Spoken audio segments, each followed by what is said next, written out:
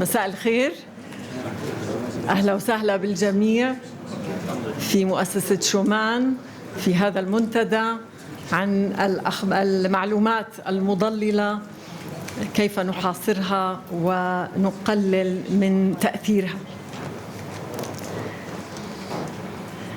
أولاً نشكر المنتدى على الاستضافة، ونذكر بأن هذه الجلسة بالشراكة مع المكتبة الأميركية في باريس. احنا مش غريبين عن المعلومات المضللة في الأردن مثل بقية العالم، وواجهنا معلومات مضللة وحملات مضللة من مؤسسات ومجموعات متطرفة حاولت تزعزع الأمن في الأردن وتحشد أفراد وغيره من ما تفعله في دول العالم الآخر. كمان في معلومات مضللة في حملات في الأردن من داخل الأردن تستهدف مبادرات إصلاحية وتنويرية.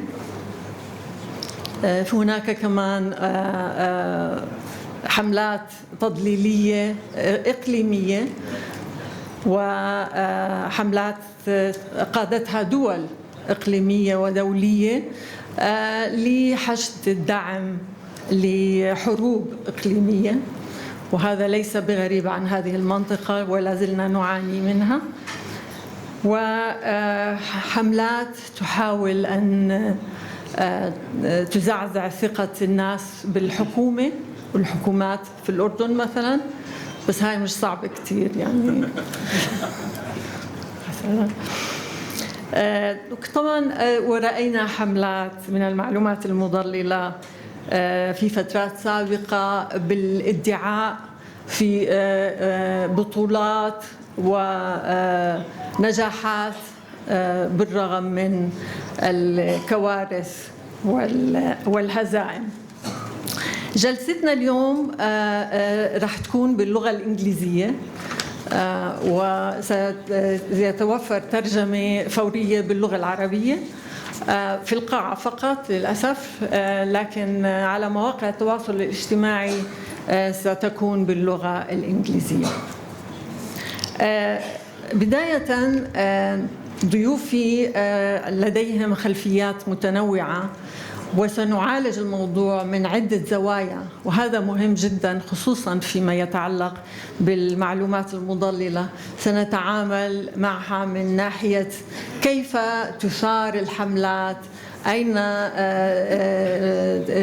ما هي الوسائل المستخدمة وغيرها من المعلومات اللي ممكن مش متوفرة لدينا كثيرا ضمن المجتمع يعني. فلدينا أخصائيين في هذا المجال، أخصائية سنتحدث إليها خلال هذا الحوار. سأبدأ بالتعريف على ضيوفنا في هذه الجلسة، وأبدأ بسعادة السفير هنري ووستر، سفير الولايات المتحدة في الأردن، وهو دبلوماسي عريق وخدم في الأردن منذ سنتين، كمان لديه خبرات في كمستشار للأمن في الولايات المتحدة، وكان كمان بالجيش، خدم في الجيش في أمريكا، ومعروف في تخصصه في كثير من دول المنطقة. الضيف الثاني إيفانا هيو. إيفانا هيو هي مديرة مؤسسة معنية بالارتفيشال انتليجنس أو الذكاء الاصطناعي، وكمان تنصح حكومات حول طريقة تحليل المعلومات والحملات التضليلية التي تتعرض لها، وهذا كمان سنتطرق إليه في هذه الجلسة. كمان هي لديها اهتمامات بمساعدة اللاجئين والنازحين في تعليمهم أو توفير مهارات الكودينج لديهم لتعزيز مهاراتهم. بجنبي فرانشيسكا تشرياتشي صوالحة، وهي صحفية سابقة معروفة جدا، ويعني نحن صديقات منذ فترة، وطبعا اهتماماتها حديثا منذ حوالي 14 سنة كانت في تطوير الإعلام، وهي مديرة مؤسسة آيركس في الأردن، معنية في شيء كتير مهم اللي هو تطوير مهارات المجتمع ضد المعلومات المضللة من ناحية التربية الإعلامية والتمييز بين الأخبار الملفقة وغيرها. سنبدأ الحوار بنبذة، يعني سيتكلم كل متحدث قليلا عن الموضوع بما يراه مناسبا، وبعدها سنبدأ حوارا ثم نفتح المجال للأسئلة من الحضور معنا هنا أو على مواقع التواصل الاجتماعي. Your Excellency, please. Bayan, thank you very much. Appreciate the warm welcome. Ladies and gentlemen, it's good to be with you here this evening. And to friends of mine back at the American Library in Paris, delighted to be connected with you again, albeit virtually somewhere out there in the ether. On the matter of disinformation, I know there's much that can be spoken about it. So just at the moment, I wanted to start with a few words just to outline the problem. And mind you, where I see the problem, it very much is from the perspective of a state actor. Disinformation is lethal. Now, let me be clear about that. It's lethal. It's like a cancer. When it spreads, the consequences and the effects of misinformation can be devastating. Furthermore, we, from the United States government, we have a great deal of concern with state actors. So this means not so much a person in their pajamas on their keyboard in a basement, but rather the full force of a state actor put behind this kind of activity. A state actor, if you're wondering, what does that mean? That means a government, a foreign government, a hostile government. So the means can be very sophisticated at that point. We have seen it. We've seen it in my own country around our own elections. And we've seen it in the supply chain area. We've seen it as tensions rise during conflicts.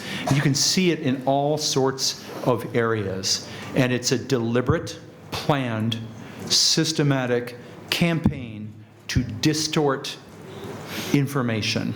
And the idea, of course, is to distort it not merely to have a little fun or less than fun, but the idea is there's an objective attached to the distortion of the information. So very fundamentally, the logic works like this. If you put on the input a certain amount of, let's just be frank, garbage, or to be polite, misinformation, what will you expect coming out?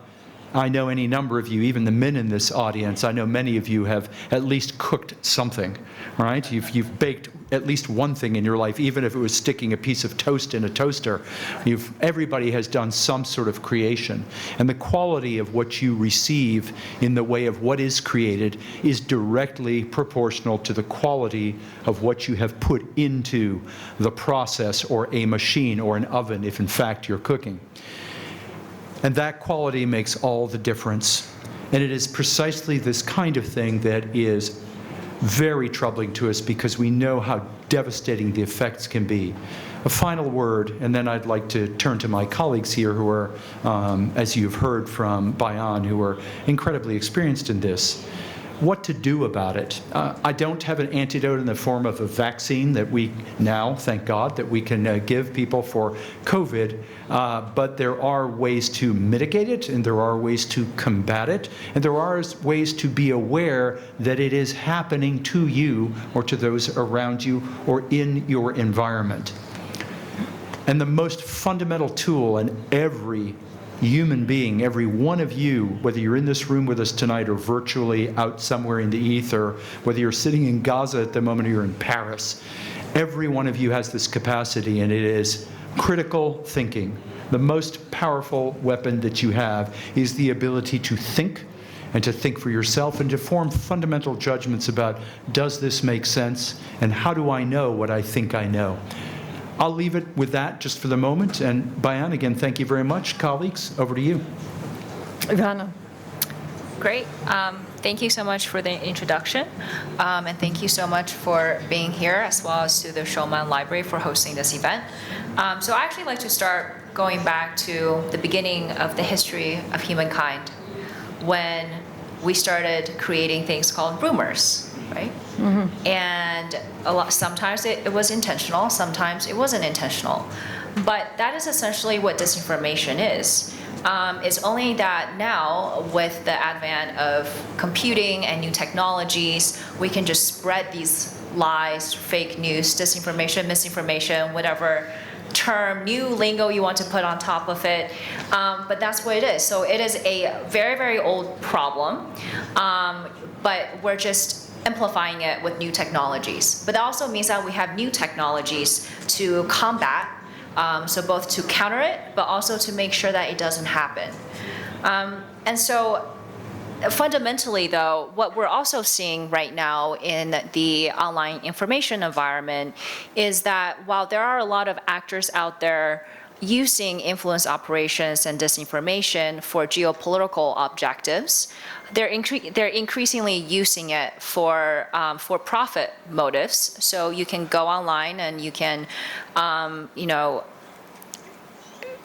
hire a ransomware company to steal money from people online. You can use them to sow disinformation in various areas. And so that's a new challenge that we're seeing, as well as sort of the convergence of cyber attacks along with influence operations. And when we're talking about solutions, media literacy is definitely something that will be helpful. It's not going to solve the entire problem, because a lot of times we also have to think about the root causes of why people believe in disinformation and conspiracy theories in the first place. But a big part of it is on literacy, and that's something that the Jordanian government has worked on a lot in the past couple of years, as well as a lot of the donor agencies. And that's something that my colleague, Francesca, is also working on at IREX. So with that, I'm going to turn over to you. Great.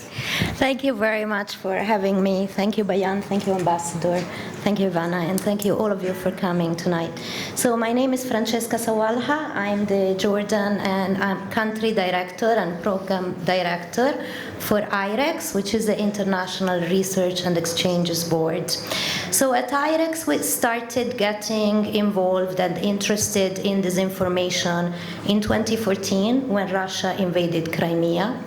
Our largest office has always been in the Ukraine, and at that point in Ukraine, like in many other parts of the world today, there was a flood of disinformation by a state actor. And then I'll say that we've also worked about non-state actors. But at that point, we developed a methodology for, I wouldn't call it media and information literacy. We like to call it critical engagement with information, because we will see how, and I can talk about it later, how media literacy, information literacy are just some of the competencies that we need. But there is a very complex set of skills and competencies that citizens need today to navigate this information space that is actually an information disorder. So as of 2015, IREX started working on a methodology called Learn to Discern, or L2D, and it works primarily on emotional regulation. So it helps people understand how they process information, how it makes you feel. And this is because the social media space is a space that thrives on emotional reactions, on triggering. It's a space that was built to keep you engaged, and you are only intensely engaged, and you stay engaged for a long time, and you keep clicking when you have an emotional response. So this was L2D. Our first results in Ukraine were really amazing to us. Before the training, 21% of the trainees said that they were ready to cross-check information. After the training, that number had grown to 82%. But most importantly, we saw that the uptake in skills was actually developing over time. So 6 months after the training, even more people said that they were cross-checking or double-checking their information, and they felt more confidence about their information sources. So since then, we started taking this program a little bit around the world, including in Jordan, thanks especially to the partnership with the State Department and the US Embassy in Amman, but also with other donors. And we are now implementing L2D programs in around 20 countries around the world. So there are many fixes, there are many solutions to the problem of information disorder. Ivana mentioned new technologies, for sure. Artificial intelligence is one of the solutions. We can retrain the algorithms that were trained to trigger our emotional reactions. The ambassador mentioned the problem of, working with states that are and trying to counter it like that. IREX works on the supply and the demand for information. So we work on media, journalists, and citizens. So we address that part of the fix. Great, thank you.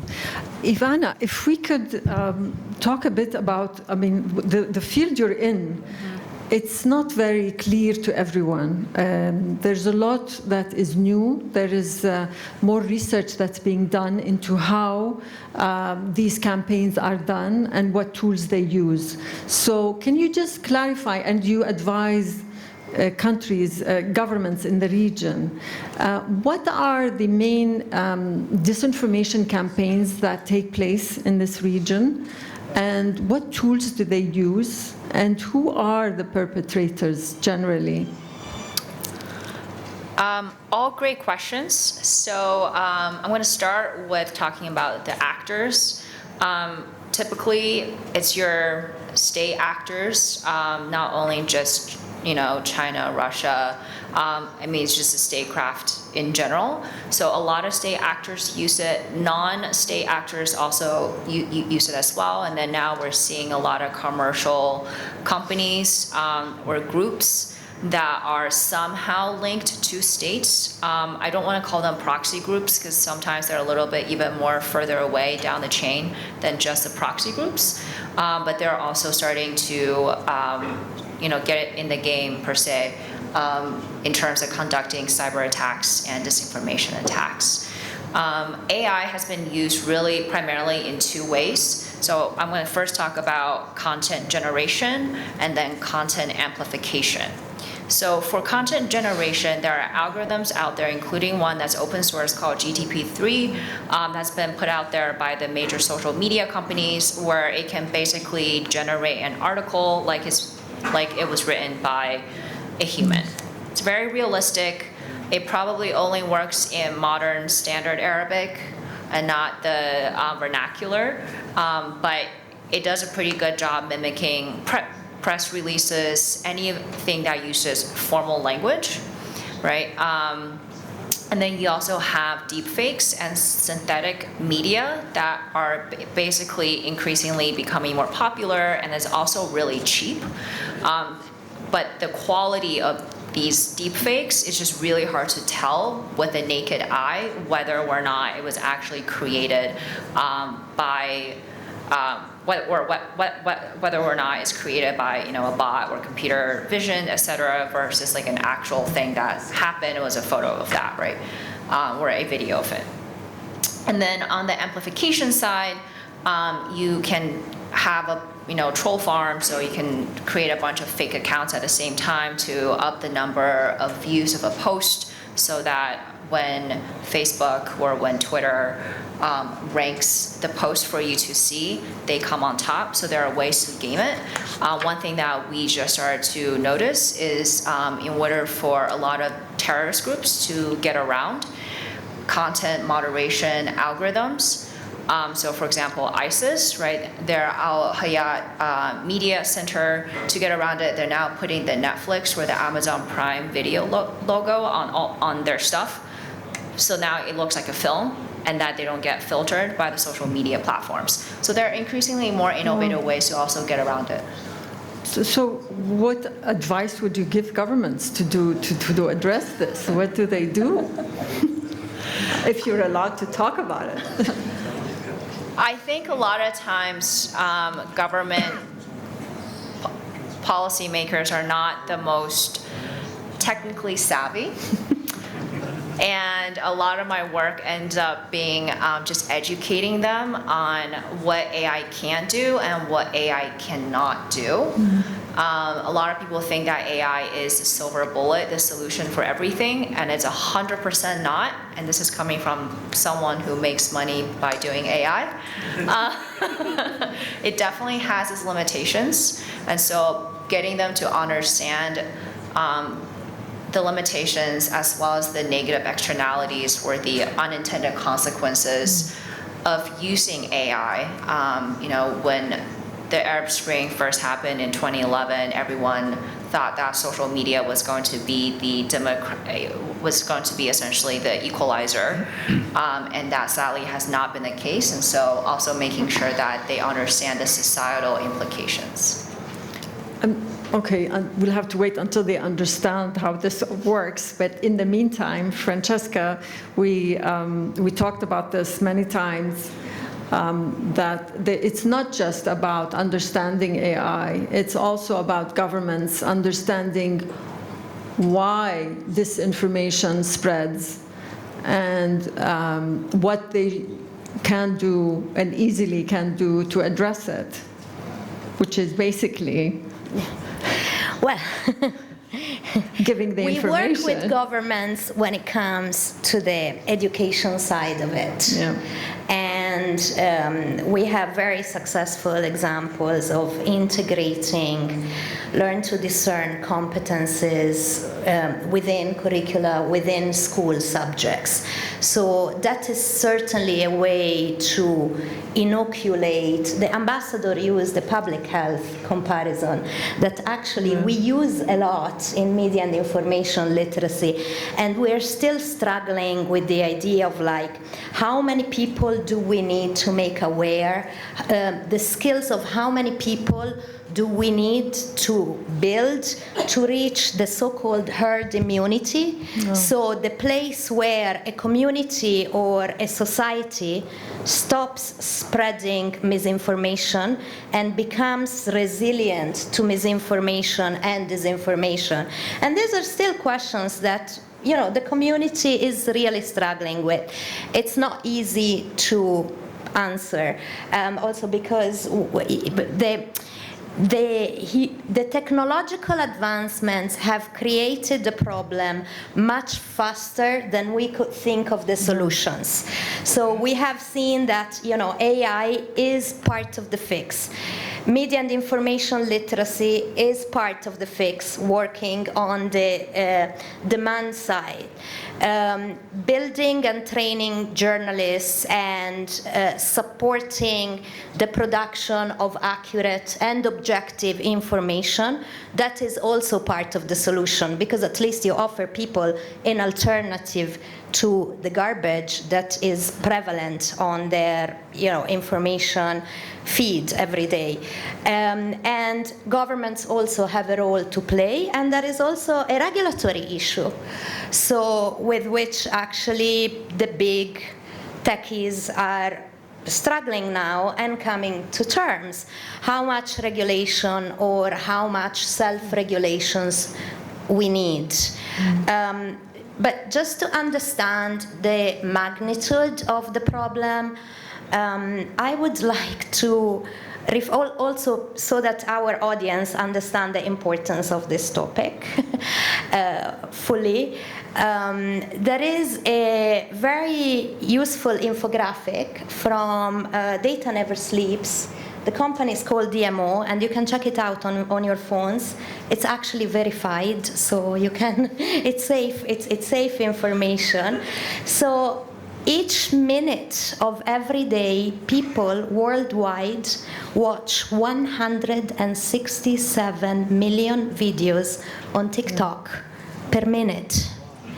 They share 240,000 photos on Facebook, and they stream 700,000 hours of YouTube video content.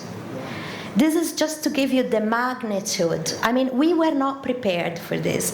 The education system was no education system in the world was prepared for this avalanche of information and disinformation. So now it's about who catches up more quickly. Some countries are doing very well. There are different models. Some governments prefer to make media and information literacy as a separate subject, and they're looking into this. And the Jordanian government has a media and information literacy strategy. Other governments are actually integrating within certain subjects media and information literacy throughout. They are mainstreaming it across the curricula, history, science, geography, languages, all subjects, basically. And that has been proven to be more effective, by the way, than having dedicated units, separate subjects for actually, media and information literacy. So whenever we look at the different fixes, you know, the regulatory, the policies, the regulations, and the self-regulation, because that's even more important, and the digital solutions, AI, retraining the algorithms, and then we can look at the supply of information side, supporting independent media to produce accurate and objective information. And still we can't walk away from the demand side, which is the citizen, so training the citizen. And for that we are all responsible. Civil society, media, government to start with, organizations like, you know, this one especially. So it is a collective responsibility, and it has to be a collective solution and a mixed methods solution. True. I remember, this brings to mind the anti-smoking campaign in the US in 1964. And it took about 50 years to actually ban smoking in most places, and it was a concerted effort, and a lot of people use the anti-smoking campaign as a similar, as something to follow with regards to disinformation. My next question to Ivana is, you mentioned advising governments, again, going back to governments, but do you see a difference in the disinformation campaigns, the number of disinformation campaigns in democratic governments or less democratic or authoritarian governments? Is there a difference in the spread of disinformation campaigns, in how the state operates?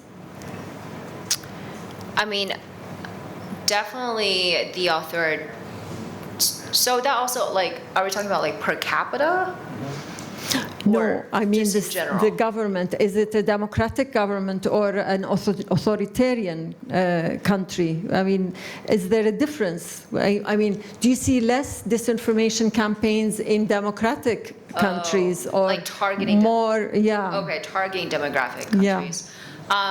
No, so it doesn't really matter. So I think a couple years ago, there was a ranking that came out that number one, cyber attacks and disinfo attacks. So number one was the US, number two is Russia. Those two are really just kind of like, they're about the same. And then number three, so this was a couple of years ago, so think about it was the tail end of the fight against ISIS, Syria was still going on.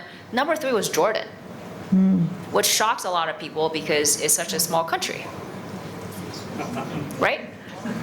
And then I think, and then number four was Iran. So like it kind of just like goes all over the map. Any thoughts on that, Ambassador Wooster? I didn't realize that Jordan ranked so highly, but I'm on the face of it surprised, but on reflection, not quite so surprised given, at least from my U.S. perspective, the geostrategic importance certainly that we attach to Jordan. What about how governments can operate, being a public servant yourself? What can governments do in terms of fighting disinformation related to maybe legislation, education, other areas that they can support civil society organizations?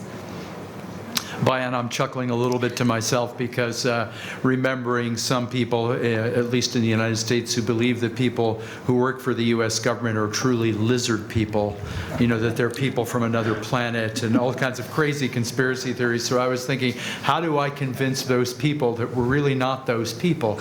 But anyway, problem for another day.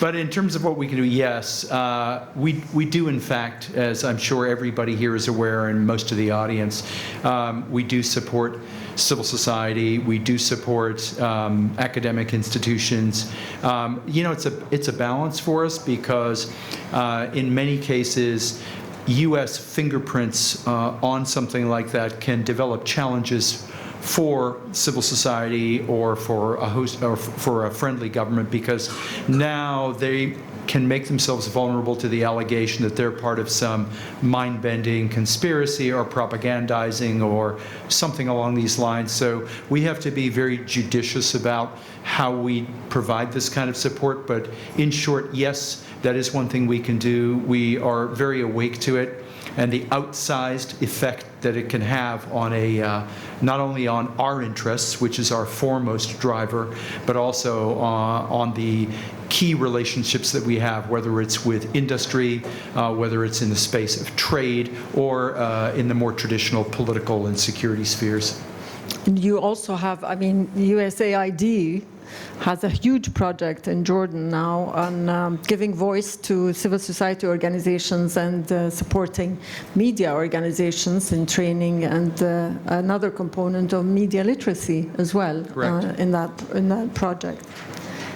Yes, Francesca? Can I take the question? Yes, as please. A former journalist? Of course. Can I take and someone who's been living in Jordan for 23, 24 years and has worked as a journalist here in this country.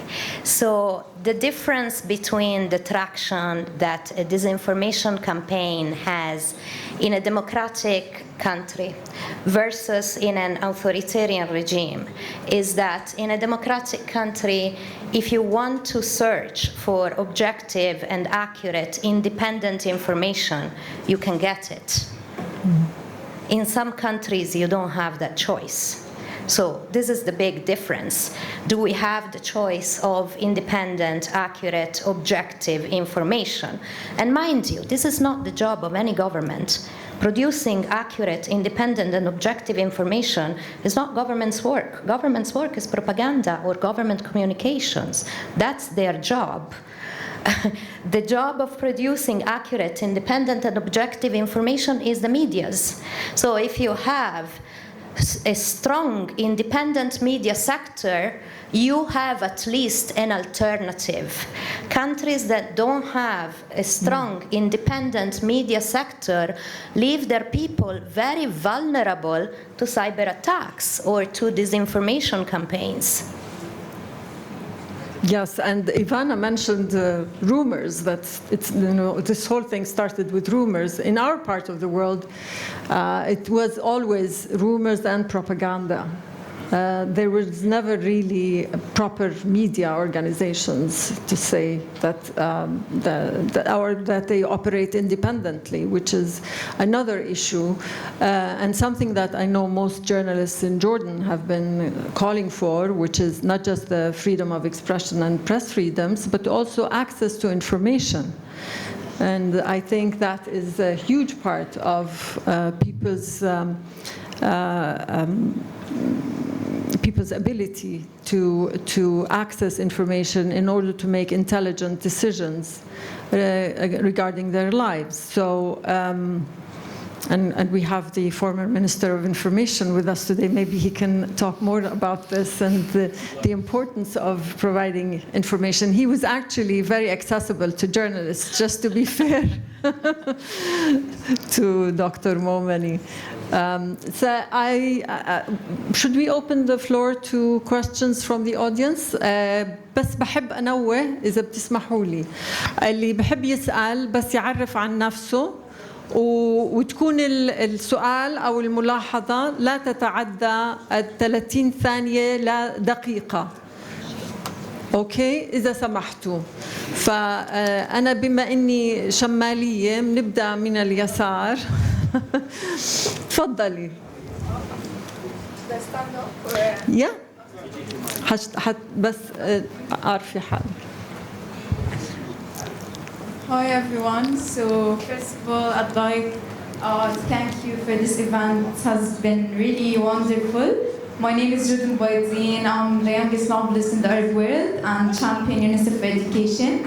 I'd like to start by going back to a point where the ambassador mentioned a metaphor that disinformation is kind of like cancer, but there's one difference from my point of view where cancer kills one person while disinformation kills the whole society. Also, I want to mention something about how disinformation is spread nowadays. I feel that spread not just, but like mostly through social media, because it's impacting a lot of people. Where my age, we're all focusing on social media and we believe everything that's been said.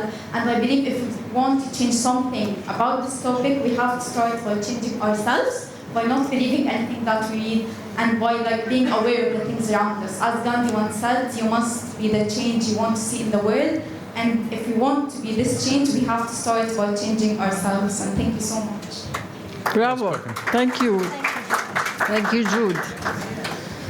Okay. في نضل باليسار. يساريين اليوم. تفضل. شماليين هلا اليمين هلا بعدين اليمين المتطرف نيجي لهون. شكرا لكم. عندي سؤال بسيط. كل التقنيات اللي تفضلتوا عنها ممتازة، لكنها هل هي كافية للوقت الحالي؟ عندما تكون هناك إشاعات أو مخاطر ضرر من مصدر معين، دائما هناك يكون ما يسمى خرطوم من الأكاذيب. كيف للمؤسسات أو للأشخاص المثقفين المعلوماتيين مواجهة هذا؟ كيف المؤسسات مواجهة الخطر؟ هل كافي اللي حكينا عنه؟ هل هو كافي؟ Is it enough? So, okay. الوسط خير الأمور أوسطها. ستي لا بدنا هون إذا سمحتي، لأنه تفضلت وقالت خير الأمور أوسطها وبنرجع لك أستاذ. معلش انحياز للمرأة دائما. تفضلي. وتمكين المرأة. نعم. مع انه مش ناقصها تمكين، وانت من الاوائل وبنفتخر فيكي. هي مكنه من لما خلقها ربها. مساء الخير واهلا وسهلا بسعاده السفير، واهلا وسهلا بالحضور الطيبين والوجوه الطيبه.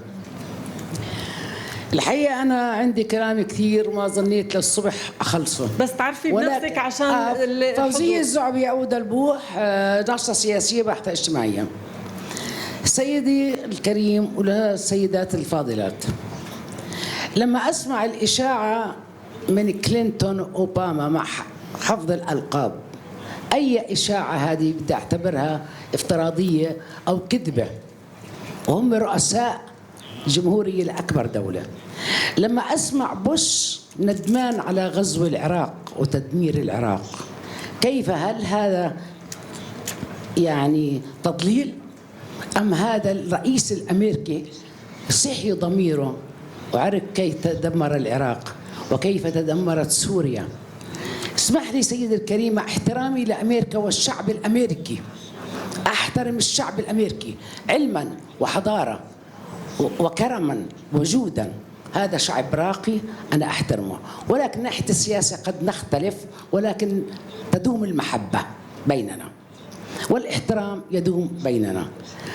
يا سيدي عم توصلنا معلومات، إحنا شعوب ما في حد منا مغفل، العلم وصلت لآخر العالم وارتفعت للسماء، لكن مصرة بعض الدول الكبرى أن تخلي الشعوب جاهلة ومحطمة ومدمرة، وهذا ما أوصى فيه رب العالمين ولا السيد المسيح عليه السلام. سيدي بعد المعلومات المضللة، أمريكا ما تقدر توقفها، روسيا ما تقدر توقفها، العالم الغربي ما بيقدر يوقفوها، ما بقدر أسكت بوش وأوباما. أنا ما نمت الليل لما عرفت أن كلينتون مع احترامي إلها وأوباما كيف دمروا العراق. ليش؟ أين إنسانية السيد المسيح؟ أين إنسانية الرسول محمد عليه الصلاة والسلام؟ شكرا. اسمح لي لا بس كلمتين لو سمحتي.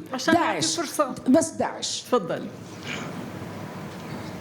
إذا أنا بعرف أنه داعش صناعة غربية وبتقنعونها إنها إسلامية أو عربية، وكل اللي بالجيش فيها من السويد ومن ألمانيا ومن اسمح لي أحكي لك، داعش ما تقدرش توقفها أمريكا. كيف تجتاز الحدود؟ مين بمولها بالطيارات؟ مين بمدها بالسلاح؟ كيف تهرب من العراق إلى سوريا؟ معلش يا حبيبتي، معلش خلينا نعطي فرصة للباقي يحكي لو سمحتي. معلش. شكرا ستي، شكرا. ردود عليه للغرب. شكرا ستي، شكرا. تفضل تفضل.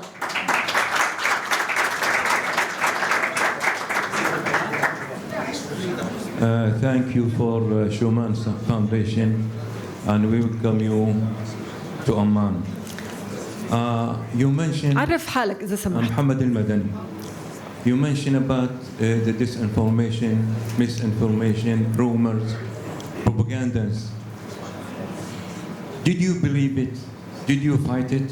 2003, when Tony Blair, the liar, Prime Minister of Britain at that time, explained how Iraq, with 45 minutes, he will destroy the whole area by the chemical weapons and the mass construction.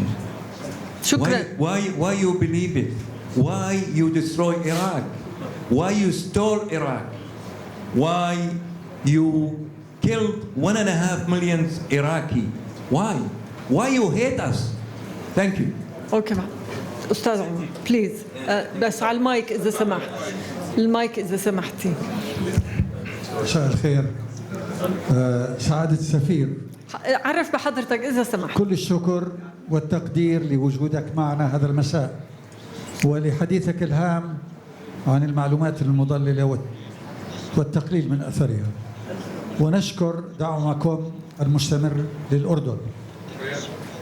بنفس الوقت أرجو أن أذكر بالرئيس جورج بوش الابن عندما في العام 2003 عندما قامت الولايات المتحدة بحملة تضليل وكذب واسعة النطاق ضد العراق بدعوى امتلاكه على أسلحة الدمار الشامل، ثم قامت الولايات المتحدة بعد ذلك كما تم ذكره باحتلال وتدمير العراق وقتل ما يقارب من 1 مليون من المواطنين، ثم ترك العراق العظيم لحكم العملاء ولسيطرة إيران، الأمر الذي نرى نتائجه المؤسفة هذه الأيام.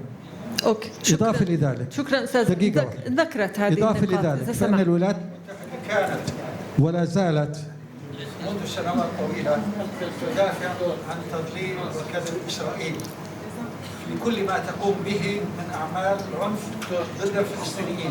وصلت الرسالة. شكرا. الأستاذ عمر. في سؤال، تفضل. السؤال يا سعادة السفير، تفضل. كيف يتفق ما قمتم به في العراق وما تقوم به إسرائيل وما ذكرته لكم مع ما تدعون إليه الآن من محاصرة للمعلومات المضللة والتقليل من أثرها. شكرا. أستاذ عمر تفضل. مساء الخير. Thank you ستي عمر الجازي.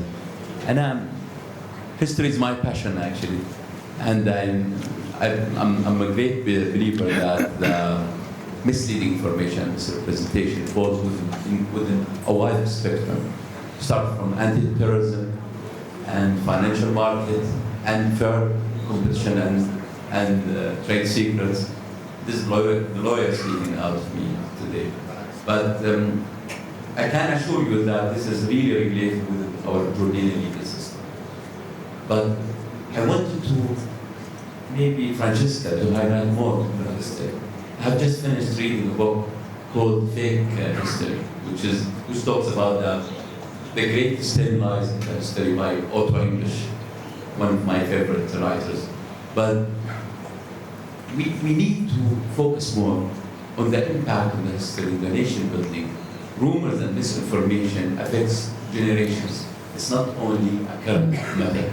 And we need to emphasize Ivan more about the enforcement of law, the rule of law, because you cannot have a legal system covering all misinformation and misleading information, but at least you can adopt an international model law to fight such rumors. Thank you. Thank you.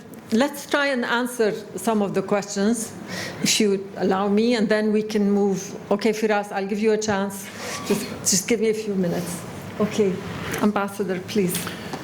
Okay, so you've asked a lot of tough questions and made a variety of statements.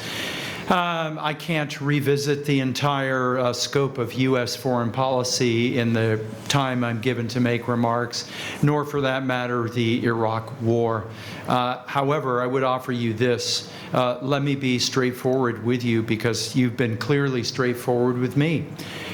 Something that bears remembering is that states, just like individuals, states have interests. And because those states have interests, they pursue their interests. You should not confuse disinformation with propaganda, nor would I urge you to confuse either of the two with going to war, or more particularly with defending your state. So this is a whole lot in the way of your critiques. I belong to a government that is comprised of human beings. It contains all of the flaws that human beings have. The state that we have produced in the Constitution that the United States bears, similarly, is not without its flaws. However, it has been for the decades, for the centuries that we have had it, a pretty stalwart Constitution, and has provided for a pretty vibrant government and country. So again, you should not mistake that country, the United States, with being flawless, which from your remarks is very clear that you have not made that mistake. That's a little bit of humor in case you're wondering. Thank you. Thank you. Ivana, Francesca, would you like to comment on any of they were mostly comments. Yes, I agree with Dr. Jazi that conspiracy theories have always been there. Disinformation has always been key to building empires. But I think what we are witnessing today, due to the technological advances, is different in the way it impacts us as human beings.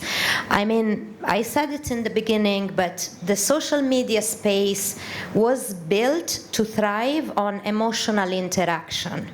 So what most of the content that we are pushed is trying to elicit from us is an emotional response. And what's the strongest emotion? Actually, there are three. They are fear, anger, and surprise. And if you notice, actually, most of the content that you get pushed on social media is aimed at eliciting this emotional reaction, and it's very it is just the way our brain is wired. It's our inner wiring as human beings, and it's one of our vulnerabilities. But it's basically the fight or flight instinct that it causes an hormonal response. It produces adrenaline. So we go through several times a day engaging with emotionally driven content. We go through a series of acute crisis responses that can't be good for our brains. It can't be good for our systems. It's certainly not good for young people. It decreases attention, and it has a lot of other side effects. But the system is designed to be addictive. So beyond the matter of the conspiracy theories, the misinformation, the rumors, I feel that there are some chemical reactions, there are some health effects that we are witnessing and that we will be witnessing in the future that we should be very aware of. Yeah. This also brings us, you mentioned history, it also brings us back to the narrative and the messaging. And history is written by the victor. And in so many countries, how free are authors or historians in actually relaying the truth or telling the real events for real, or criticizing, or having a more of a critical perspective. So that's another issue that, Ivana, would you like to comment? Actually, I want to comment on something that Francesca just said. So social media platforms and that instant gratification that you get every single time you get a new like or a new share, etc., that actually does change the brain chemicals. So if you read the book The Shallows, or if you read any of the neuroscience work, it fundamentally changes the way that your brain also develops. And this is the reason why a lot of people who actually created the tech, right, in Silicon Valley, you'll see that they will never let their kids around an iPad until they're like 7 or 9 years old. And that's because they know that your frontal cortex, for example, like it's not as, it retards the development of it, etc. And so I like to equate sort of like the instant gratification effects that we get from social media. It's basically the same thing as like when you're gambling and you're playing a slot machine. Right? That's exactly the same thing. No, like fundamentally it's exactly the same thing. And I kind of equate it to like oxycodone. Like the reason why oxy is so addictive as a painkiller is because it changes the way your brain works. Social media does exactly the same thing. Right? And so it's also about recognizing that it is fundamentally changing the way that we are developing as humans. And so what does that actually mean? And so a couple of really innovative companies have come together and they said, look, they actually plugged people into these chairs, they put wires on their heads to look at how the neurochemicals are changing as they're looking at their social media. And they said, is there any way we can create something else that's healthier that can mimic that so that they still feel that kick, but it's a way for them to get off social media. Okay. And then the last thing I do want to say is, when you're talking about the supply chain, I was reminded of the fact that fundamentally, newspapers, publications, social media, TV, radio, all forms of media right now, they run on advertising model. If someone can come up with a new model for the news industry, that would solve a lot of like incentives issues. New model for everything. We need a new norm for everything. Firas and then Amjad. Over there. Yes. Okay.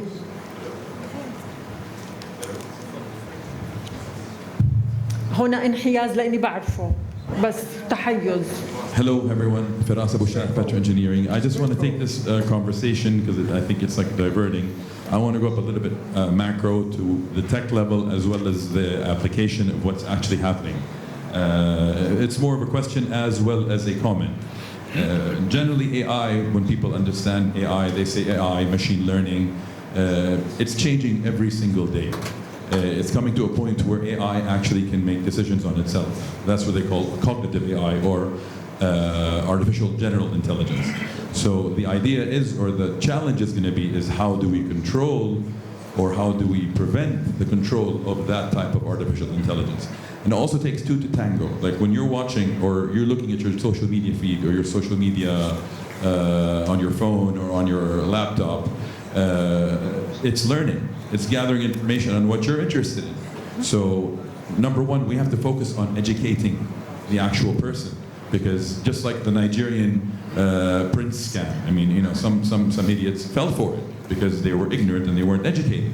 So you actually have to be able to discern between actual news and fake news.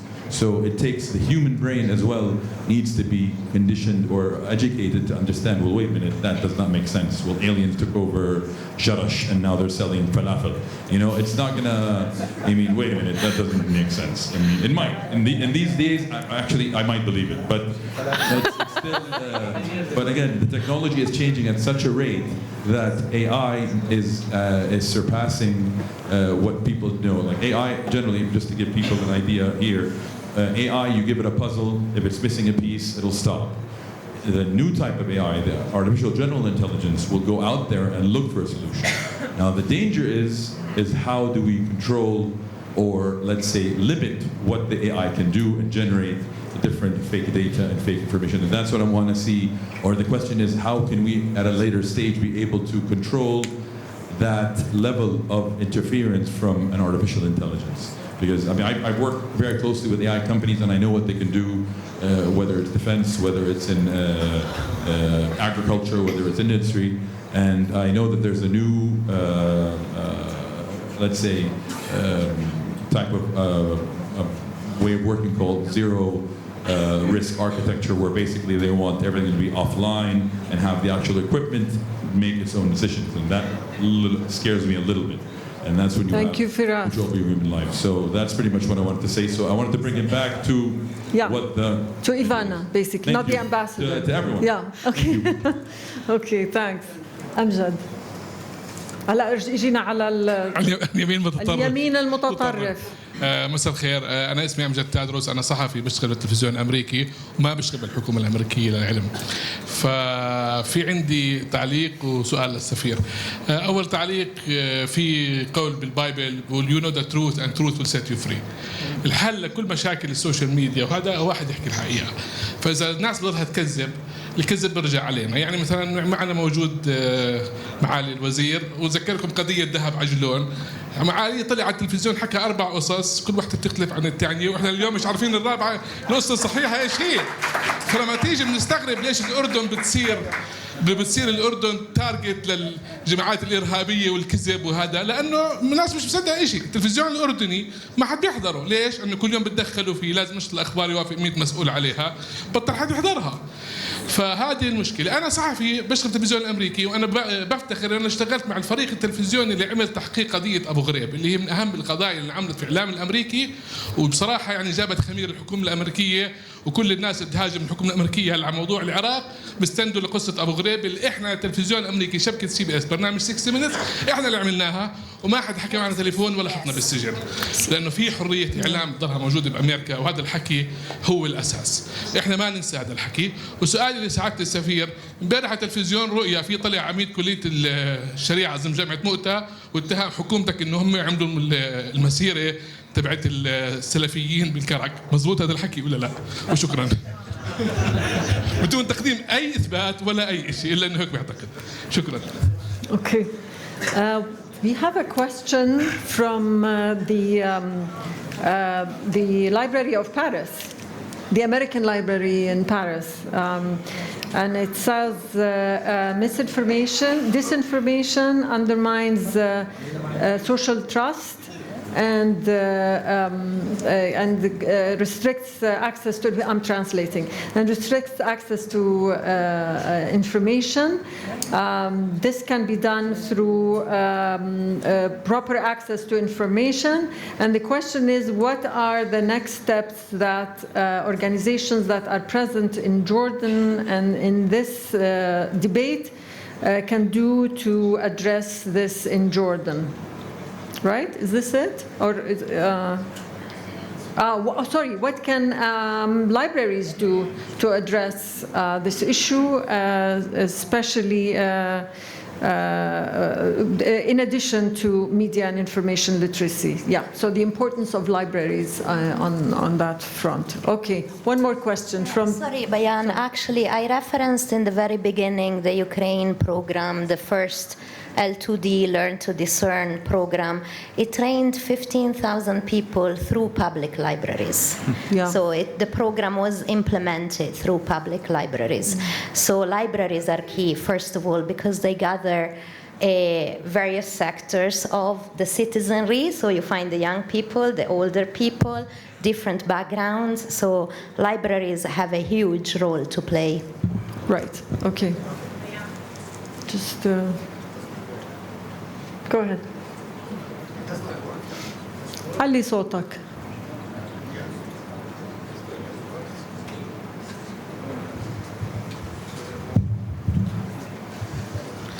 I'm Dr. Ibrahim. I have a PhD in business administration. It is an honor to talk to you tonight. First of all, I want to thank you, Your Excellency, Ambassador Henry Wooster, Éiveanna Hugh, Francesca Sawalha, and Bayan Tel. We all know United States has been working and supporting Jordan through a very difficult time, and United States is currently supporting Jordan. Also, we are very glad and proud for this relationship between Jordan and the United States. Also, I want to mention that we have a common things between Jordan and the United States. For example, Jordan-United States Free Trade Agreement and Defense Cooperation Agreement. Of course, we have more and more common things. Regarding this topic, we all know, we all agree, misunderstanding has, it is just incorrect information, but why do we believe it, especially in Jordan? Okay. Dear sis, dear sis, ladies and gentlemen, we have to mention about the social media in Jordan, especially Facebook and TikTok. So you can send or share anything in the social media and people will believe it. Also in Jordan, if I want to know what's going on in my country, I will not go to watch our news because there is something in our news, there's something wrong in our news. For example, I think there's someone. Please, enough, wallahi. Please. Let's give other people a chance. معلش. I think your idea has Just 1 minute. No, I think it's fine. It's fine. Thank you so much. Let's try and answer some of the questions quickly because we have so many hands raised. لا صار لك أعطيتك أكثر من دقيقة. معلش اسمح لي معلش. سؤالك وصل. We don't believe our social media or we don't believe the formal media in Jordan because of the favoritism, corruption. Okay, thank you.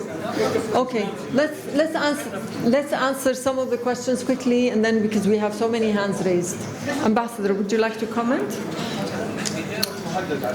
In truth, I'm not sure, Bayan, what the question was. Oh no, not this. I'm talking about your friend from Paris. She mentioned the importance of libraries. Yeah, right. Yeah, maybe you would like to say something about that. Okay. Yeah. So on the matter of libraries, yes, in terms of what role they play, you just heard from one of our colleagues about the fact that they did Learn to Discern. That's the name of the program, right? And the libraries were the launching point for this. So I make no claims to that. I applaud it. But look, I remember as a child going into a library. The good thing for me about going into the library was to do my homework, but with somebody who really didn't care if I stared at the wall or did the work. So it was a place for me to get it. The point is an objective audience, right? Somebody who had nothing vested or was trying to steer me one direction or another. And that's one of the things that I have enjoyed about libraries. It matured beyond my homework, but about libraries since then, which is I was of the conviction that I could go into that institution, that facility, and I could get objectiveness, for lack of a more elegant term, and that I could find information and that I could move at my speed, and I could select the kinds of data, to use the modern term, and information that I wanted to look at, and I would not look at this, but I would look at that, and I would dig deeper in this one, and I could get guidance to do that without anybody having an agenda. Right. And that was one of the things that I especially appreciated about libraries growing up. Today, just quickly, one of the things that I have noticed, and Paris is one of the places that I would credit with doing this for me, was how extraordinarily innovative modern libraries are, including the one we are sitting in right now. You don't just walk in to check out a book. Do you have the book? Thank you, goodbye. It is a far more sophisticated, far more enriched environment. And I'll turn to colleagues. Great. Thanks. Thank you. Ivanna, would you like to say something about the artificial intelligence Singularity, question? the moment that bots are going to take over our world. So bots are probably not going to take over our world anytime soon. And but honestly though, we're talking about, so that does exist and the potential is 100% there. You couple that with quantum computing and all these other things, the future might look terrifying, right? But a lot of it fundamentally is based on self-control of the companies are creating it and how we think about it as society. If you don't believe me that self-control and discipline is the way to go, think about nuclear weapons, right? We have the capability to create weapons that are far more lethal than what we currently have, but all countries came together and said, we don't want to destroy the planet, so here's what we're going to do.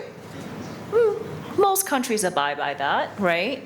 There are a few other rogue actors out there, but a lot of, in the absence of international norms and standards, and quite honestly, governments around the world, including the US, did not step up to regulate a lot of the things that are happening right now, including AI, which is the reason why private sector companies had to come together and say, we're going to create a nonprofit called Partnerships in AI, because we understand that AI can be used for bad, and that if we don't start thinking about the ethical implications, we're going to steer this world onto the wrong track. And now, governments, including the EU, the US, China, Russia, have released their own norms and standards, which is great. But that's definitely something that I think, in terms of a whole of society approach, we need a lot more work on. There is a question that we received on the role of digital giants in all of this. What are digital giants? Okay, okay, Facebook, gotcha. Twitter, these organizations, and what they can do to stop disinformation. That $1 million question that's taking place everywhere, and that So a lot of people have been talking about retooling their algorithms, and a lot of the companies have already started looking back at the algorithms. The problem, of course, is that their algorithm is fundamentally their only IP, and so they're very, very touchy about it. So even if you're an engineer working at Facebook or Google, you're never going to get access to all the code, because the way that they do it is you're only responsible for certain components of it, so that you don't just put it on your USB drive and take it home with you and start a competitor. So that's going to be kind of tricky. And then the other area that they're really focused on is content moderation, which is basically trying to use AI to take down content. That's slightly controversial as well. And going back to the AI question, while AI can be used to detect coordinated influence operations, or what they consider CIB, which is content or coordinated inauthentic content, AI is never going to be used to actually say this is disinformation, this is not, because what is considered disinformation in one country is not going to be considered disinformation in another country. So a human has to be there to actually make that judgment. Oh, okay. بس إذا بتسمحوا لي بده يكون سؤال سريع حتى الكل يقدر يسأل، غير هيك ما بنقدر نكمل. أوكي، بس خليني أكمل هون إذا سمحت. بدي من الشباب هون وبعدين برجع لك. أنا شايفتك، معلش بس نعطي فرصة للشباب. أوكي، أنت شاب أكيد، شاب عظيم، بس لا أنت شاب. أنا بعدين دارت لي أنا متأسفة. تفضل. Oh, thank you so much, تأثيراتها. I've been following state-sponsored disinformation for the past 5-6 years in Jordan and MENA, and I want to ask, I want to go back to something that Ms. Ivana had pointed to, that there are many tools that states use to mobilize disinformation campaigns and influence operations, and now these tools, we know for a fact, are becoming cheaper and more popular for both states and non-state actors to mobilize. So we are expecting even a bigger flood of disinformation targeting Jordan and other countries. So I would like to ask, do you agree with that statement? Do you think that we are on the verge of having much more multiplied disinformation flow on Jordan and other countries? And my second follow-up, very short, I'm sorry. With this magnified flow, do you think that the approach we have now towards or to combat disinformation is adequate? Thank you. Okay, great. تفضل. The young gentleman here. Thank you. I'll keep that in mind. Mr. Ambassador, thank you for this wonderful opportunity. My question to you is, over the years, politics and media are sort of a twin. Yet, with all the goodness that the United States does all over the world, and especially in Jordan, why do you think the conspiracy theory always prevails over the goodness that comes out of the policies? I want your personal opinion, not as a statement. Ms. Francesca, when such media stops President Trump from expressing his opinion or his right, is now the media becoming an influencer in changing politics? Okay, let's move here. عربيات.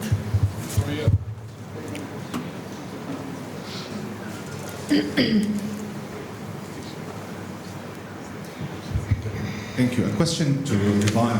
You mentioned Jordan being ranked third. Can you elaborate more? Is it target, source, what kind of thematic areas, what kind of things came up? Okay, great. One more question.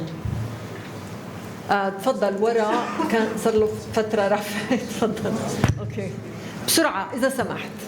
شكرا سعادة السفير على هذه المحاضرة القيمة. الحقيقة المعلومات المضللة مشكلة كبيرة في المجتمعات، نحاصرها بالاتصال بالشخص ذوي المعرفة من أجل التأكد من هذه المعرفة. الأمر الآخر النظر في جودة الخبر، هل هو موافق للغة أم لا؟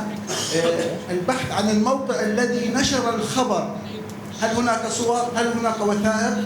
تدريب المواطن في العالم على التفكير الناقد، التفكير العلمي، النظر إلى الأمور بنظرة موضوعية، استخدام طريقة الخرائط الذهنية من أجل تنظيم الأفكار للرد على الشائعة، لأن الرد العشوائي يضيع الوقت والجهد ويفقد العقل تركيزه. شكرا. الأمر الأخير شكرا لك. العصف الذهني من أجل الرد ردا إبداعيا. وشكرا. أوكي، نرجع للوسط شوي. تفضل. نرجع للوسط.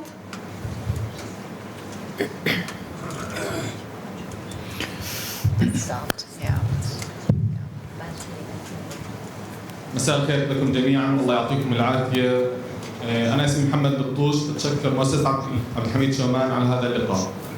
كلنا في هذا العالم نعاني من هذه الجائحة، هي عبارة عن جائحة فعليا، الشائعات والأخبار الزائفة والأخبار المضللة هي عبارة عن جائحة يجب التخلص منها كما تخلصنا الحمد لله من فيروس كورونا.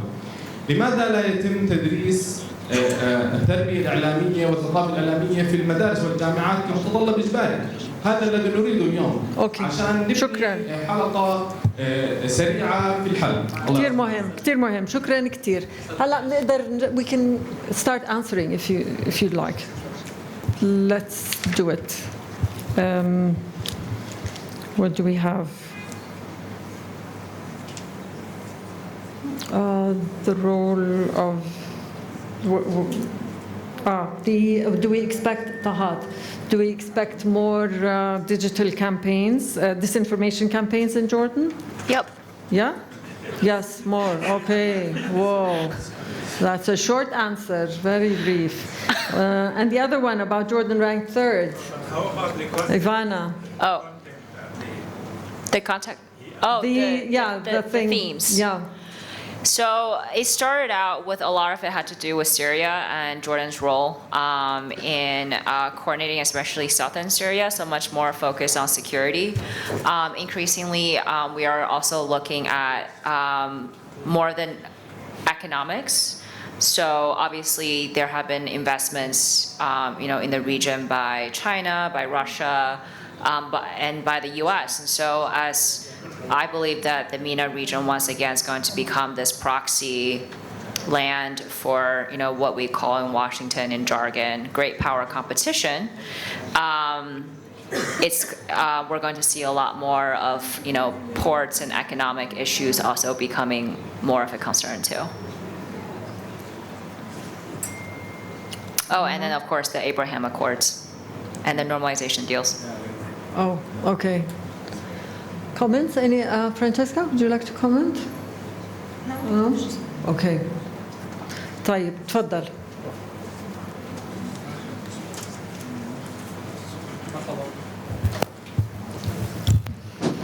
مرحبا، أسعد الله أوقاتكم. المحامي عبد الرحمن الحسبان، أحد خريجي مشروع التربية الإعلامية والمعلوماتية لصندوق الملك عبد الله للتنمية. خلال لقائي مع جلالة الملك بشهر 12 تكلمنا عن أهمية الإعلام بشكل تحديد، لكن هو سؤالي للأستاذة إيفانا هو الألعاب الإلكترونية التي سهلت عملية التواصل المباشر بين الشباب في مختلف أنحاء العالم. كما نعلم أنه اليوم بلد الأردن تعرض في عدد من الأعوام لعمليات إرهابية. كيف يمكننا محاربة الفكر المتطرف من خلال هذه الألعاب الإلكترونية؟ كل شكر لكم جميعا. Okay. سهير.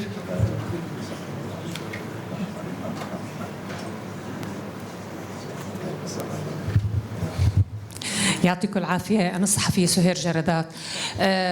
خلينا بالبداية نتفق بأنه الدولة العميقة العالمية أو الدول العظمى هي السيدة الأولى المنتجة للأخبار المضللة.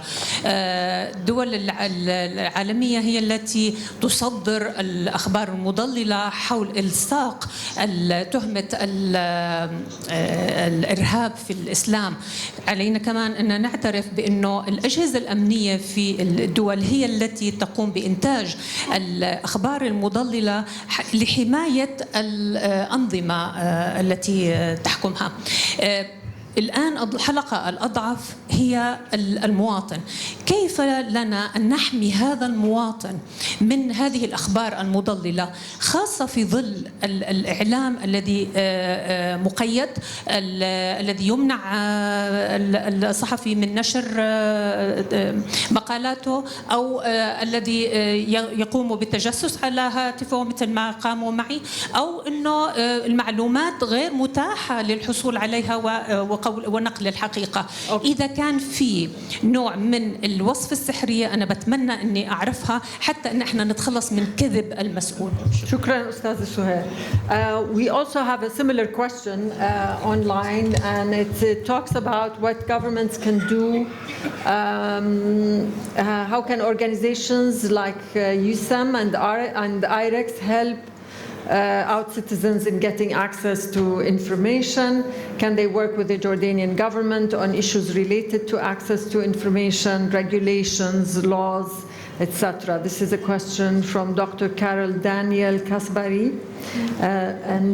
Okay, so let's answer some of those questions because I think we're running out of time. We just have 5 minutes, the concluding remarks, and معلش خلصنا، بدنا نجاوب على الأسئلة ما ضلش في مجال. ايه؟ سؤال واحد سريع. يلا.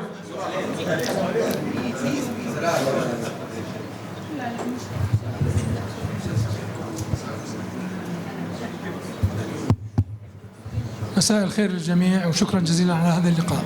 سؤالي هو بأسرع من الصاروخ. أين القوانين الدولية لتجريم الأفعال التي تترتب على الأخبار المضللة أو الكذب، خاصة إذا كانت النتائج شنيعة تترتب عليها تدمير بلدان بالكامل كما حصل في العراق. وشكرا جزيلا. شكرا. اوكي. شكرا لكم، ارتاحوا. هلا خلص خلصنا، معلش بدنا نجاوب. Okay, let's start. Ambassador, would you like to comment? Final comments and answers to some of the questions. Okay, we had a question from this gentleman. First, I must note, you asked me, you said, please give me your opinion, not as an official. That's never an option for me. So your question was, why do conspiracy theories, why are they so appealing to people? I'm not a sociologist, so I'm going to offer you my own experience and my own assessment of them. And I would offer you this question in return. Why do people like junk food so much? Because it tastes good, right? And conspiracy theories operate on there's a similar logic and a similar inherent appeal in conspiracy theories. It is palatable to the mind that there must be usually some higher power, higher order who's controlling everything. It rained today. Why? Because of a conspiracy theory of some sort. The KGB, the CIA, someone orchestrated it. It didn't rain. Same guys are at fault. Or whatever it is that they happen to believe. And that's been my experience, is the triumph of conspiracies it's just a visceral appeal, or if you prefer, colleagues here spoke this evening about neurology or the science. I won't tell you that I'm a scientist, but I do know enough about humans to know that at the cortex, the very primal reptilian cortex of human beings, they to use the emotions she mentioned, fear, surprise, anger, and so forth. Where have you seen this? Answer: everywhere, all the time. And this is the appeal of conspiracy theories. Thank you, sir. Thank you. Amjad asked about telling the truth. It's not easy for governments to tell the truth, is it?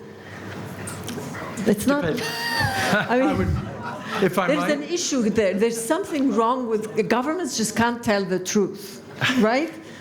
Well, I can't answer that and say right. Yeah. But I would offer that one of the most difficult things is for a government to have an honest conversation with its people. That's always difficult, particularly when the subjects are loaded and when they're sensitive. That's always a difficult thing. Why?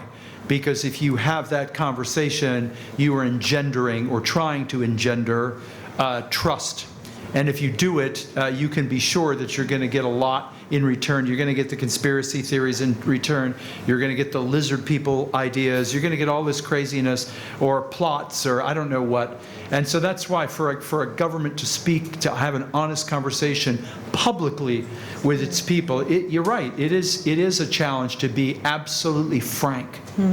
Yes. Can I just raise one point? Please. I might slightly disagree with you on this one, which is that I think conspiracy theories, the reason why they're so appealing is because they always have a grain of truth to them. They might be 98% false, but 2% true, right? And they can always point to some screw up that the government did or another actor did, right? And that's how they back up their claims. And somehow we just extrapolate that, and they extrapolate it in very illogical ways. But another thing is that we've talked about disinformation as a cancer, as an epidemic, which 100% is. But just like COVID, which is a pandemic, most people are going to get it.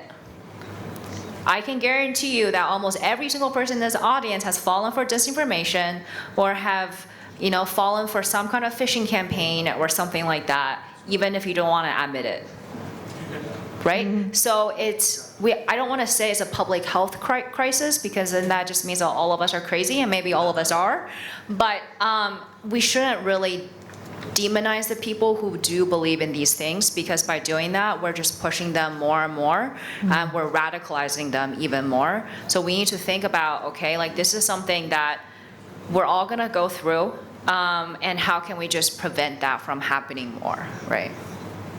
Sorry. Yeah. Francesca? Yes, I will continue on that. Yeah, it is unfortunately an epidemic, the infodemic, but unfortunately, for COVID, we would just take ourselves to a vaccination center and we would get the vaccine. The problem with disinformation is that while access and engagement is so intuitive and so easy, the competences to build resilience to it are very, very complex.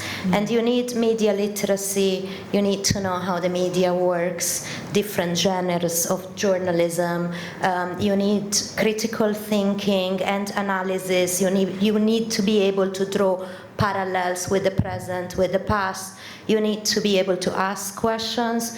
You need visual literacy to analyze all visuals, logos, symbols, pictures, and whatever. You need online safety, digital safety. You need to know about privacy settings. You need fact-checking. You need to be able to identify bots and trolls. You need a lot of competences. So unfortunately, falling for it is immediate. Building resilience for it requires very complex skills and competences. And it cannot be done if everyone is not on board, starting from school to civil society, libraries, governments, and the media. And just to be fair to the government of Jordan, just one last comment. The government of Jordan is leading the region in terms of media literacy education. We're integrating it into schools, grade KG2 to grade 12.